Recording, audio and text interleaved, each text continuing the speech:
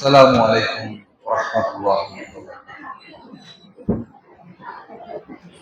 إن الحمد لله نعمده ونستعينه ونستغفره ونعوذ بالله من شرور أنفسنا ومن سيئات أعمالنا.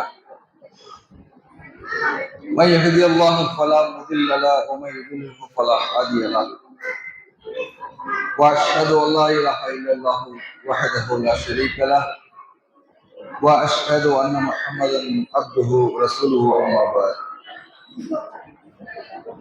وقد قال الله تعالى في القرآن العظيم والفرقان المجيد: أعوذ بالله من الشيطان الرجيم بسم الله الرحمن الرحيم. يا أيها الناس اتقوا ربكم الذي خلقكم من نفس واحدة وخلق منها زوجها وبث منهما رجالا كثيرا ونساء واتقوا الله الذي تساءلون به والأرحام إن الله كان عليكم رقيبا. கண்ணியமும் ஒற்றா பெருங்கரணையும் நிறைந்த எல்லாம் வல்ல அல்லாஹ்வின் நல்லடியார்களே, அன்பிற்குரிய சகோதரர்களே சகோதரிகளே, தமிழ்நாடு தௌஹீத் ஜமாத் தஞ்சை வடக்கு மாவட்டம் மேலக்காவிரி கிளை ஒன்றின் சார்பாக ஏற்பாடு செய்யப்பட்டிருக்கக்கூடிய இந்த குறும்புவில் இஜ்திமாவில் இஜ்திமா என்ற நிகழ்ச்சி இது. அனைவரும் இங்கே ஒன்று கூடி இருக்கிறோம். அல்லாஹ் இந்த மனிதர்களை படைத்து அந்த மனிதனுக்கு வழிகாட்டியாக திருமறை குர்ஆனையும் அந்த திருமறை குர்ஆனுக்கு விளக்க உரையாக முஹம்மது நபி ஸல்லல்லாஹு அலைஹி வஸல்லம் அவர்களையும் அனுப்பி மனித சமுதாயத்திற்கு வழிகாட்டி இருக்கிறார். இப்படி இறைவன் இந்த சமுதாயத்தை படைத்து இந்த சமுதாயம் எப்படி வாழ வேண்டும், தனது வாழ்க்கையை எப்படி அமைத்துக் கொள்ள வேண்டும் என்ற வழிகாட்டுதல்களையும் இறைவன் அவனுடைய சொற்களை, வார்த்தைகளை, உபதேசங்களை இந்த சமுதாயத்திற்கு திருக்குர்ஆன் மூலமாக வழங்கி இருக்கிறார். அந்த திருக்குர்ஆன் என்பது நம்முடைய அன்றாட வாழ்வில் நம்மோடு எப்படி தொடர்பிலே இருக்கிறது. அன்றாட நம்முடைய வாழ்க்கையை எடுத்து பாருங்க. பல மணி நேரம் நம்முடைய செல்போன்களிலே நம்முடைய நேரத்தை கடந்து கொண்டிருக்கிறோம்.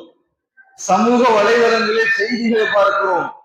குறைந்தபட்சம் செய்தித்தாள்களை அல்லது தொலைக்காட்சியில் வரக்கூடிய செய்திகளை பார்த்து இன்றைக்கு என்ன கரண்ட் நியூஸ், இன்றைக்கு என்ன சமீபத்திய செய்தி என்பதை அறிந்து கொள்வதிலே நாட்டம் கொண்டு ஒரு 5 நிமிடமாவது இந்த நாட்டினுடைய நடப்புகளை தெரிந்து கொள்வதற்கு நாம் முயற்சிக்கிறோம்.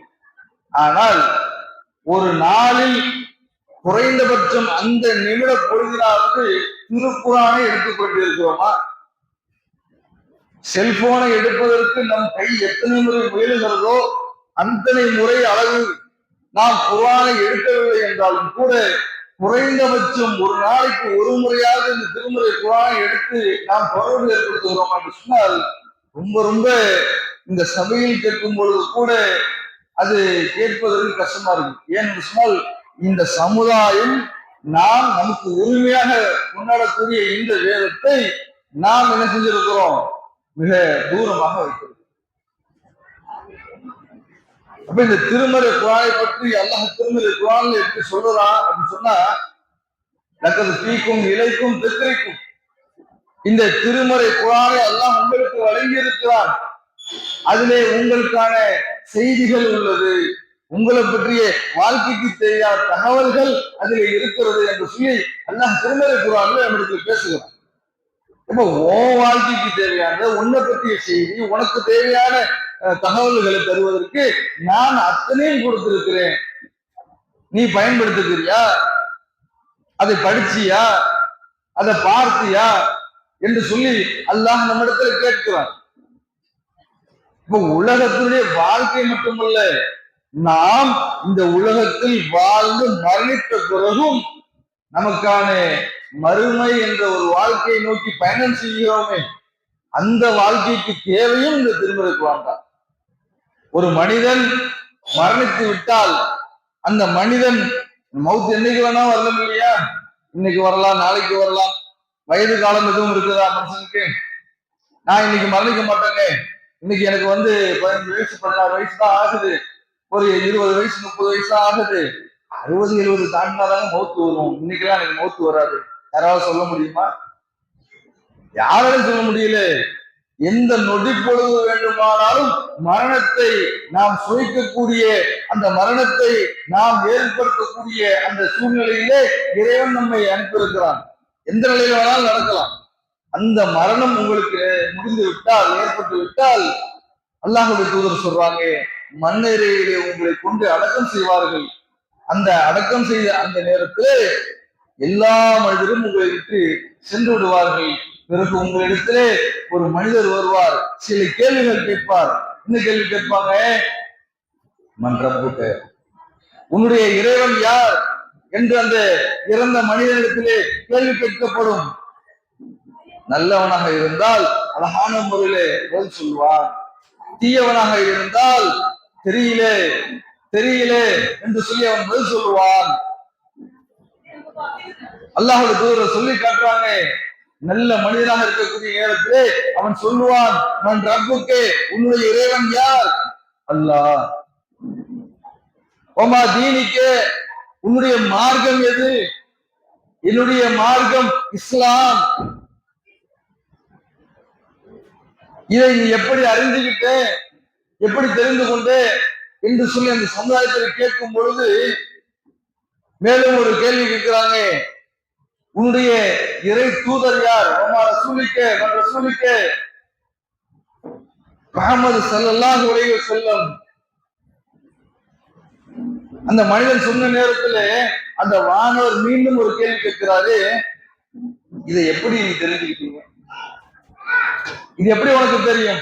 அல்லாஹ்னு சொல்ற, என்னுடைய மார்க்கம் இஸ்லாம்னு சொல்ற, என்னுடைய தூதர் முஹம்மதுன்னு சொல்ற, உனக்கு எப்படி தெரிஞ்சது? ஏதோ அங்க பயான்ல பேசுனாங்க, காதுல வாங்கணும், கேட்டோம். உலகத்துல எங்க பாட்டிமா சொல்லி கொடுத்தாங்க, எங்க அம்மா சொல்லி கொடுத்தாங்க, எங்க அத்தா சொல்லி கொடுத்தாங்க என்று சொல்லுவோம்னு நினைச்சீங்களா? சொல்ல மாட்டோம், அப்படி சொல்ல முடியாது. என்னதான் கல்வி எந்த அளவுக்கு கற்றுத் தேர்ந்தவர்களாக இருந்தாலும் சரி, இங்க கூப்பிட்டு எழுந்து வச்சு 2 கேள்வி கேட்டோம்னு வைங்க, நம்ம இடத்துல நடுக்கம் எப்படி இருக்கும்? 10 பேர் சபையில வச்சு நம்மளை கேள்வி கேட்டாங்கன்னா நம்முடைய நிலை எப்படி இருக்கும்? எவ்வளவு பெரிய தெரிந்த இலகுவான கேள்வியை கேட்டால் கூட அந்த நேரத்தினுடைய பதற்றம் நம்முடைய என்ன செஞ்சிடும்? நம்முடைய நிலையே மாற்றும். அதிலேயே பழக்கப்பட்டு நம்முடைய வாழ்க்கையை நாம் அமைத்துக் கொள்வதும் நீங்க நம்முடைய பதில் இலகுவாக இருக்கு. அதேதான் அந்த நிலைமை. அந்த நேரத்துல அந்த நொடி பொழுதுல நம்மளுக்கு கேள்வி கேட்கும் பொழுது நம்முடைய வரலாறுகளை நாம் காது கொடுத்து கேட்ட சாதாரண செய்திகள் எல்லாம் பெரிதாக தெரியாது. ஆனால் அதை உளப்பூர்வமாக நம்முடைய வாழ்க்கையை நடைமுறைப்படுத்தும் பொழுதுதான் அந்த செய்தி மிக இலகுவாக அந்த இடத்துல நம்மளால் பதில் சொல்ல முடியும். அப்ப சொல்லுவாங்க, கராத்தல் குர்ஆன், நான் குர்ஆனை ஓதுறேன், அதன் மூலம் நான் அறிந்து கொண்டேன். திருக்குர்ஆனை நான் படிச்சேன், ஓதுறேன், அதன் மூலம் நான் விளங்கிக் கொண்டேன் என்று அந்த மனிதன் பேசுவான். இப்ப மறுமையுடைய நம்முடைய வாழ்க்கை சிறப்பாக இருக்க வேண்டும் என்று சொன்னால், அல்லது மறுமைக்கும் இந்த உலக வாழ்க்கைக்கும் மத்தியே இருக்கக்கூடிய அந்த மன்னரை வாழ்க்கையுடைய நம்ம வாழ்க்கை சிறப்பாக இருக்க வேண்டும் என்று சொன்னால், அதற்கும் மிக மிக அத்தியாவசியம் இந்த திருமறை குர்ஆன். உலகத்தினுடைய வாழ்க்கைக்கு நமக்கு தேவை, எல்லாம் சொல்லிட்டான். மறுமையுடைய வெற்றிக்கு அது தேவை. நம்முடைய கபரு வாழ்க்கைக்கு வெளிச்சத்தையும் அதுல கபருடைய நெருக்கத்திலிருந்து பாதுகாப்பு பெறுவதற்கும் தேவை இந்த திருமறை குர்ஆன். இப்படி நம்முடைய அன்றாட வாழ்க்கையில் இந்த திருமறை குர்ஆனோடு நம்முடைய தொடர்பு எப்படி இருக்கு? இவ்வளவு நெருக்கமாக இருக்க வேண்டிய நம்முடைய வாழ்க்கையை பின்னி பிணைந்து நாம் அன்றாட வாழ்க்கையில் பேச வேண்டிய இந்த திருக்குர்ஆனுடைய பேச்சுக்கள் நம்மிடத்தில் எப்படி இருக்கு? காலையில் எழுந்து நம்முடைய அம்மா அத்தாவோடு பேசக்கூடிய பேச்சுக்களிலே எத்தனை முறை குர்ஆன் என்ற இந்த வார்த்தையை நம்ம பயன்படுத்தி இருக்கோம். ஒரு நாள் காலையில சோறு சாப்பாடு ஆணவ ரசம் எல்லாம் பேசுவோம், அல்லது குடும்பத்தில் இருக்கக்கூடிய இந்த பஞ்சாயத்து வேணா பேசுவோம், ஒரு நண்பர்களுக்கு மத்தியில் இருக்கக்கூடிய பாடங்களை பத்தி எத்தனை வேணா பேசுவோம்.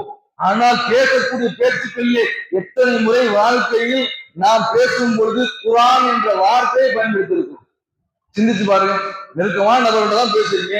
பேசும்பொழுது இந்த குர்ஆனை பற்றிய பேச்சுக்கள் நம்மிடத்தில் அதிகம் இருக்குதா? ஏன் நம்முடைய சிந்தனையிலே, நம்முடைய செயல்பாட்டிலே, வாழ்க்கையிலே அதை செயல்படுத்துவதற்கு, அந்த சிந்தனையை நம்முடைய குடும்பத்தாருக்கு தூண்டுவதற்கு ஏன் நம்ம முயற்சி செய்யல? இந்த திருமறை குர்ஆன் தான் மறுமைக்கான வெற்றி என்பதை நாம் ஆழமாக புரிந்துகிறோம். அது மட்டுமில்லை, நபிகள் நாயகம் ஸல்லல்லாஹு அலைஹி வஸல்லம் காலத்துல ஒரு சிறுவர், ஒரு சஹாபி, அவங்க எந்த அளவுக்கு திருமறை குர்ஆனோடு தொடர்புல இருந்தாங்கன்னு சொன்னா, நபிகள் நாயகம் ஸல்லல்லாஹு அலைஹி வஸல்லம் காலத்துல ஒரு சில பெண்கள் அங்கிருந்து என்ன செய்யறாங்கன்னு சொன்னா, அதாவது மதீனாவிலிருந்து சில வணிக கூட்டத்தார்கள் மக்காவிலிருந்து மதீனாவுக்கு வர்றாங்க. மதீனாவுக்கு வரக்கூடிய அவர்களுக்கு சில செய்திகளை கேட்டு அவர் அறிந்து கொண்டு கற்றுக் கொண்டிருக்கிறார். உங்க ஊர்ல முகம்மதுன்னு ஒருத்தர் இருக்கிறாங்க, தூதர்னு சொல்றாருங்க, என்ன சொன்னாரு, என்ன சொல்றாரு அப்படின்னு கேட்பாரு. அவரு வியாபாரத்துக்காக வந்தவங்க தானே, அவங்களும் அந்த செய்திகளை சொல்லுவாங்க. முகமது எங்களுக்கு இந்த செய்திகளை சொன்னாரு, இந்த குர்ஆன் வசனம் இன்னைக்கு அருளப்பட்டதாக எங்களுக்கு சொன்னாருன்னு சொல்லி அந்த குர்ஆன் வசனங்களை சொல்லுவாங்க. இவர் என்ன செய்யறாரு, அதை கேட்டு கேட்டு மனனம் செய்து கொள்கிறார்.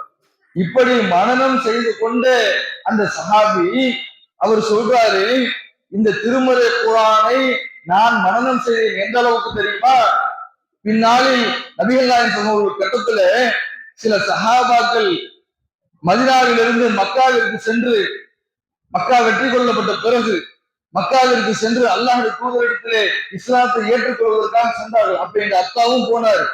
அப்ப போகும்பொழுது எங்க அத்தா கிட்ட, அந்த சமுதாயத்துக்கிட்ட இதே தூதர் ஒரு செய்தியை சொல்லி அனுப்புறாங்க. என்ன செய்தி சொன்னாங்க தெரியுமா? நீங்கள் உங்களுடைய நாட்டிற்கு செல்லுங்கள், உங்களுடைய மக்களுக்கு செல்லுங்கள், அங்கே சென்று அவர்களுக்கு 5 தொழுகையை நடத்துங்க. அந்த தொழுகையை நடத்தும் பொழுது உங்களுடைய யார் அதிகமான குர்ஆன் வசனங்களை மனநமிட்டு இருக்கிறார்களோ அவர்கள் இந்த தொழுகையிலே முன்னால் இந்த தொழுகை நடத்தணும்னு சொல்லி அல்லாஹ் ஒரு சொல்லி அனுப்புறாங்க. இப்ப ஊருக்கு வர்றாங்க.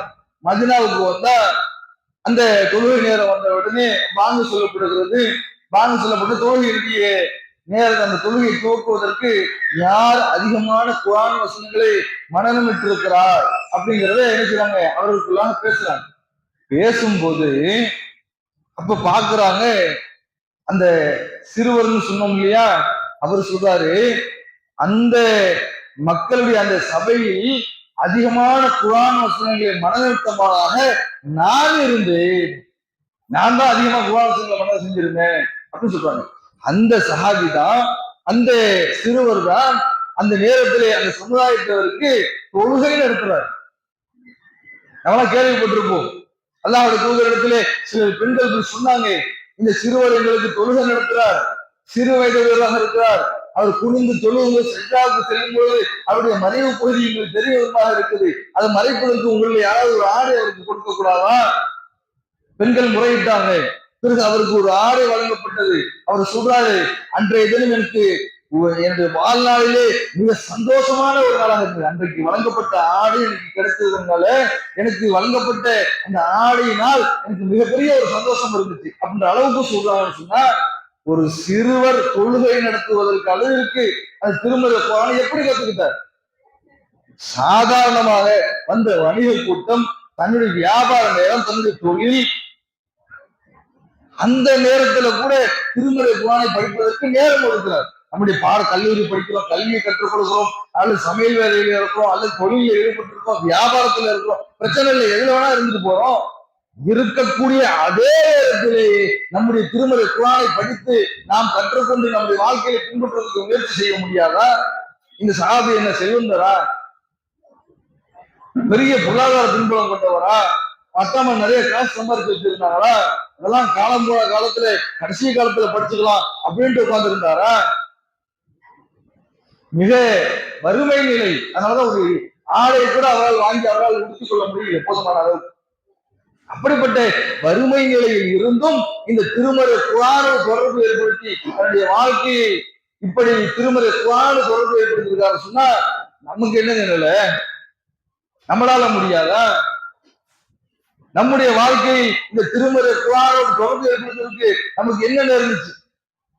நபிகள் நாயகம் ஸல்லல்லாஹு காலத்திலே முஸாப் இப்னு உமைர் ரலியல்லாஹு அவர்கள், அவரோடு கண் தெரியாத ஒரு சஹாபி, உம்மி மக்தூம் என்று சொல்லக்கூடிய ஒரு சஹாபி. அவங்க மதினாவுக்கு அல்லாஹ் அனுப்பப்படுறாங்க. இஸ்லாமிய மார்க்கத்தை அந்த மக்களுக்கு பிரச்சாரம் செய்யறாங்க, குர்ஆனை கற்றுக் கொடுக்குறாங்க. யாரு? முஸாப் இப்னு உமைர்னு சொன்னா கூட அவர் ஒரு திரகாத்திரமான நிலையில் இருந்தவர், பிரச்சனை இல்லை, மார்க்கத்தை சொல்லி கொடுக்கிறாரு, ஆரோக்கியமா இருக்கிறாரு, இந்த குர்ஆனை மக்கள் கற்றுக்கிறாருன்னா பிரச்சனை இல்லை. அப்துல்லா இப்னு உம்மி மக்தூம் என்று சொல்லக்கூடிய சஹாபி என்பவர் கண் தெரியாதவர், திருமறை குர்ஆனை அதிகமான செய்தவர். அவரு உட்கார்ந்து அந்த சமுதாயத்திற்கு பாடம் நடத்துறா, குர்ஆனை போதிக்கிறாரு சொன்னா நமக்கு என்ன, கண் இல்லையா, கை இல்லையா, காதுகள் கேட்கலையா,